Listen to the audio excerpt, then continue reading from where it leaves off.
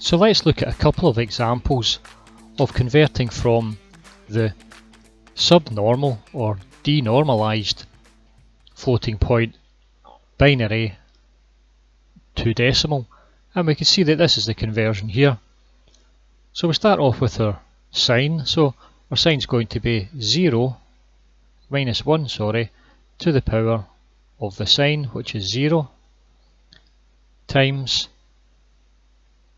0 plus, well, the value for the mantissa is going to be, well, this would be 2 to the minus 1, and this is 2 to the minus 2, so we would have 2 to the minus 2, and we're going to multiply that by the exponent, so the exponent is going to be 2 to the minus 126. So it's always going to be 2 to the minus 126 in a subnormal form. So that's going to be equal to, well, this gives us a positive, and it's going to be 2 to the minus 2 times 2 to the minus 126. That's going to give us 2 to the minus 128, and that's our final answer. But we can put it into decimal, so in decimal that's going to equal,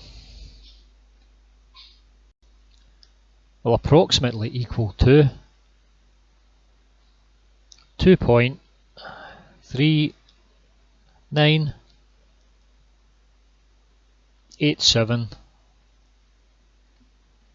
times 10 to the power of minus 39. So you can see how small this number is and how close to 0 it is.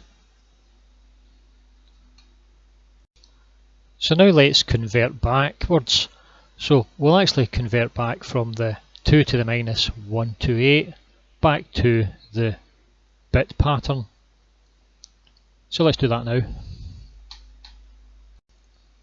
So we'll take our 2 to the minus 128 and we'll do a repeated multiplication. So we'll multiply this by 2. So when you multiply it by 2, it's going to shift it down to 2 to the minus 127, and there's not going to be any remainder, so it's going to be a 0. And if we multiply this one here by 2, it'll go down to 2 to the minus 126, and again there's no remainder. And we can continue doing this, and we're going to do this all the way down until we get to a 1, and we'll get a 1 whenever we've multiplied it 128 times. So we could continue doing this all the way down, and we'll just get the values of 0 all the way down until we hit a 1 at the end. So the actual number we're going to get would be the 0.000. So there's going to be 128 zeros, so that's 1, 2, 3, 4, all the way to 128 with a 1 at the end. Okay, so that means that from here down to here we're going to have 128 zeros. Okay.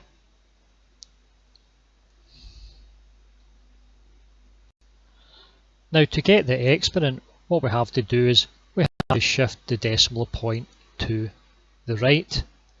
Now as we shift the decimal point to the right, we can only shift it 126 times, because that's the highest value of our representation here. So if we were to shift this decimal point 126 times, well, we know we've got 128 to here, so now we're going to shift it 126. So what we're going to be left with is 0.01 and zeros after it.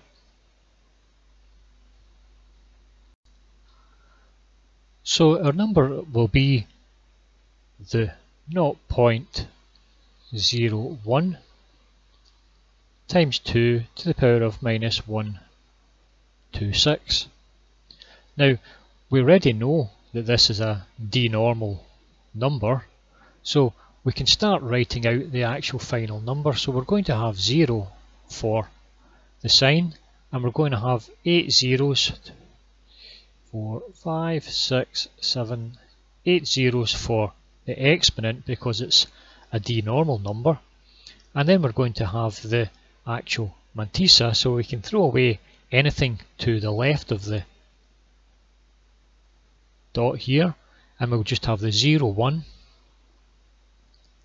and then we'll pad it out with the zeros, so that's it padded out the rest of the way along with the zeros. And you can see that that's the same as the number we have above here. So we have our first 10 are zeros and 11th one is a 1. So 1, 2, 3, 4, 5, 6, 7, 8, 9, 10, 11th is a 1, and the rest are zeros. So a little bit more tricky, but if you take your time, you'll see what it's like. And the interesting thing here is that once you've done one, all the rest of them are just of a similar nature and are quite straightforward. So that's us talked enough about normal and denormal numbers. In the next video we'll go on and we'll have a look at how to represent plus and minus infinity, and also not a number, and we'll also look at rounding errors, and we'll finish off with the video after that looking at the actual IEEE 754 specification for floating point numbers. So thank you for listening. I'll get you on the next video. Goodbye.